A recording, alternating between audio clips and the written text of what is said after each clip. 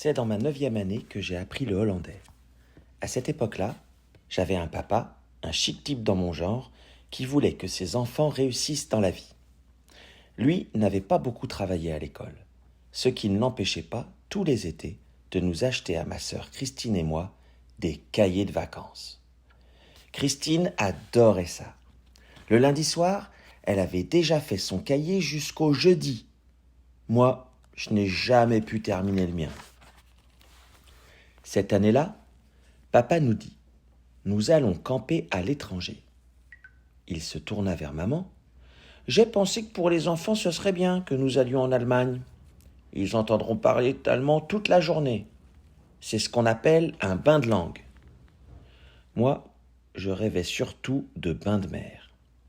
Je demandais: ça sert à quoi un bain de langue? Papa explosa. Mais bon sang, Jean-Charles, à la fin du mois, tu sauras parler allemand. C'est très important pour réussir dans la vie de savoir parler une langue étrangère. Je demandais: et toi, tu sais l'allemand?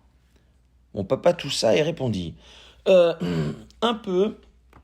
Ce qui était un vrai mensonge. Au mois d'août, nous sommes donc partis vers l'Allemagne pour apprendre l'allemand, nos précieux cahiers de vacances glissés dans nos bagages, entre la bouée et le maillot de bain. Nos ennuis commencèrent à la douane.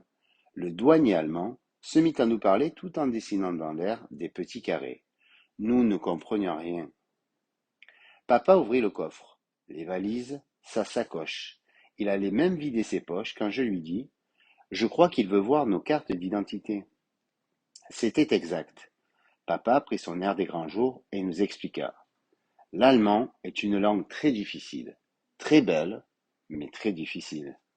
Les choses s'aggravèrent une fois au camping. Le gardien était tout aussi bavard que le douanier, et après une journée de route en voiture, nous n'avions pas fait beaucoup de progrès en allemand. Papa s'épongeait le front, maman répétait: mais qu'est-ce qu'il nous veut? Et le gardien continuait à parler tout en dessinant dans l'air de petits triangles. Je dis à papa: il veut qu'on aille planter notre tente. C'était exact. Le gardien me remercia d'un signe de tête, et papa me dit: tu es sûrement doué pour l'allemand, Jean-Charles. Au dîner, mon père m'expliqua comment je devais prendre mon bain de langue. Tu vas faire connaissance avec un petit garçon allemand de ton âge. Vous jouerez ensemble, il te dira des mots en allemand et tu les répéteras et ça viendra tout seul. Je bougonnais. J'ai pas envie de jouer avec un garçon allemand. Maman s'écria: les enfants allemands sont aussi bien que les enfants français. Non, ils sont bêtes, dis-je. Mon père prit de nouveau son air des grands jours. Jean-Charles, tu me fais de la peine. Les enfants ont tous la même valeur, qu'ils soient blancs ou noirs, espagnols ou allemands. Je répétais tout bas: ils sont bêtes. Mais vraiment tout bas, pour ne pas déchaîner une tempête. C'est alors qu'une dame blonde, accompagnée d'un petit garçon blond, passèrent devant notre tente. Ils portaient la vaisselle du dîner dans 2 cuvettes. La dame nous regarda, sourit et nous dit quelque chose. Bonsoir, claironnèrent papa et maman.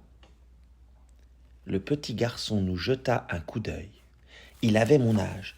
Il était probablement allemand. Il campait à 2 pas de nous. Et tu vois, dit mon père, il aide sa maman à faire la vaisselle. Propose-lui une partie de ballon, ajouta ma mère. Mes parents me regardaient, ma sœur me regardait, les voisins de tante me regardaient. Même le chien du gardien me regardait. La terre entière attendait que j'aille jouer au ballon avec le petit garçon allemand. Je haussai les épaules. Je donnai un coup de pied dans mon ballon et je me dirigeai en ronchonnant vers la tente d'à côté. Le petit garçon semblait m'attendre, les mains sur les hanches. Je shootai. Il arrêta mon ballon sans effort. Il était sûrement idiot, mais il n'était pas maladroit. La partie s'engagea. Au bout de 10 minutes, J'avais oublié mon bain de langue, mais je m'amusais bien. Le petit garçon blond bloqua le ballon sous son pied et, tapant sur sa poitrine, il me cria Niklos ou quelque chose dans ce genre-là. J'ai compris qu'il se présentait. Je tapais sur ma poitrine et pour plaisanter, je criais Moi, Tarzan. Mon nouveau camarade était un enfant sérieux. Il répéta après moi Moi, Tarzan. Il avait l'intention de prendre un bain de langue. Il répéta une deuxième fois Moi, Tarzan, avec beaucoup d'application. Je n'aimais pas tellement mon prénom. Je songeais que moi, Tarzan, ferait tout aussi bien l'affaire que Jean-Charles pendant ce mois d'août. Nous nous assîmes dans l'herbe. L'idée me traversa alors qu'il était très difficile de devenir le copain de quelqu'un qui ne dit pas un seul mot de la même façon que vous. Mon ami Niklos cueillit une fleur et prononça un mot comme flore ou flower ou peut-être flaveur. Par politesse, je répétais. Il éclata de rire. J'avais sans doute mal prononcé.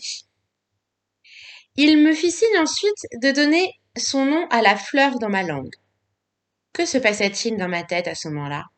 Je trouvais tout à coup stupide d'appeler fleur une fleur. Je savais bien que c'était son nom.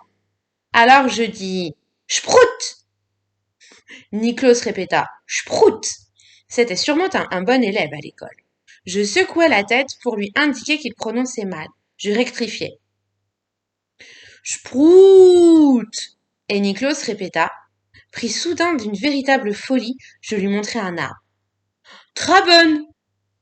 Traben, dit Niklos. Puis, pour ne pas perdre le vocabulaire fraîchement acquis, il récapitula. Sprout.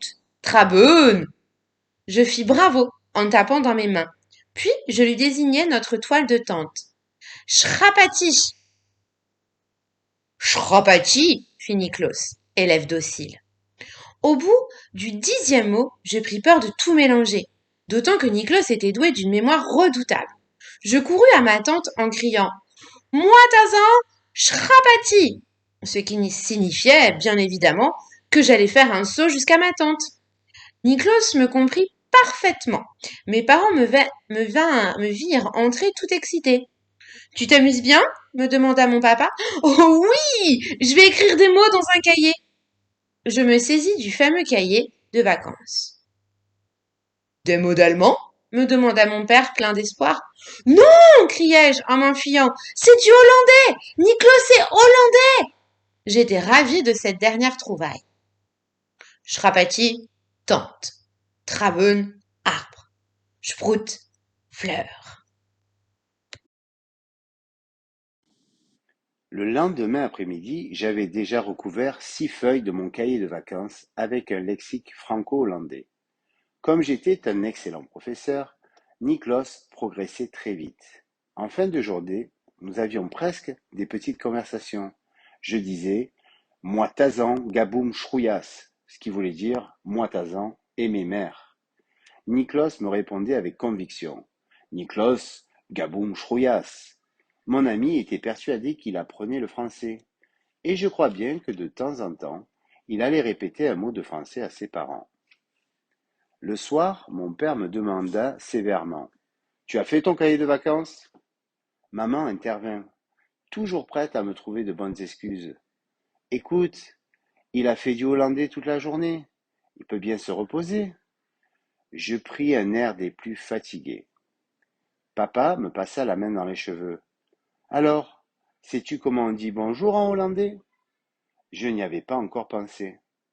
J'ai improvisé. C'est Oulaï. Papa regarda ma mère en riant. C'est drôle comme langue, tu trouves pas? Oulaï! Naturellement, le lendemain matin, quand papa aperçut la maman de Niklos, il leva la main et lança un Oulaï retentissant. La dame s'arrêta, indécise, puis elle sourit et répondit Oulaï! Elle venait d'apprendre à dire bonjour en français.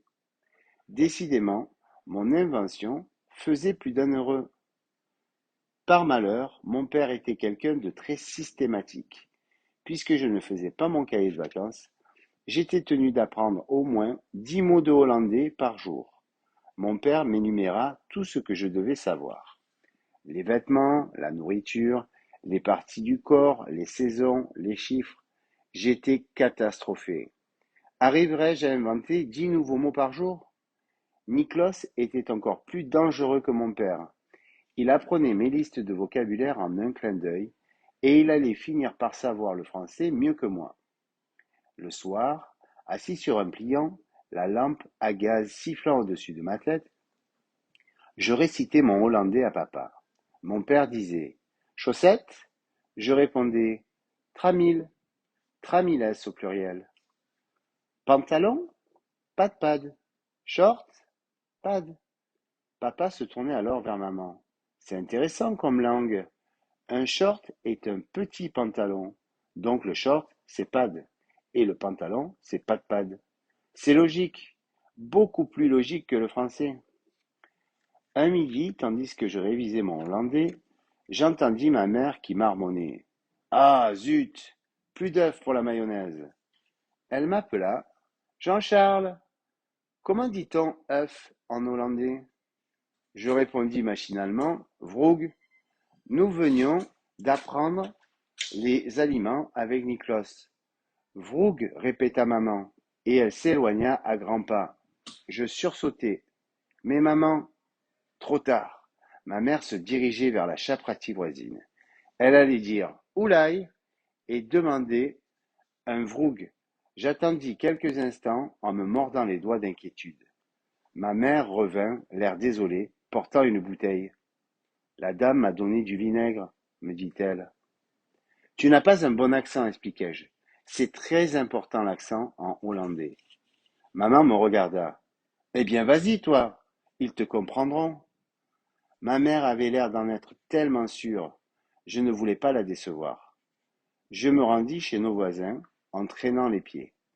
Comment faire comprendre à cette dame qu'il me fallait un œuf? La maman de Niklos me vit entrer et me salua en français. Oulaï! Oulaï, dis-je, de plus en plus désespéré. Niklos entra alors en courant. Oulaï, moi Tazan!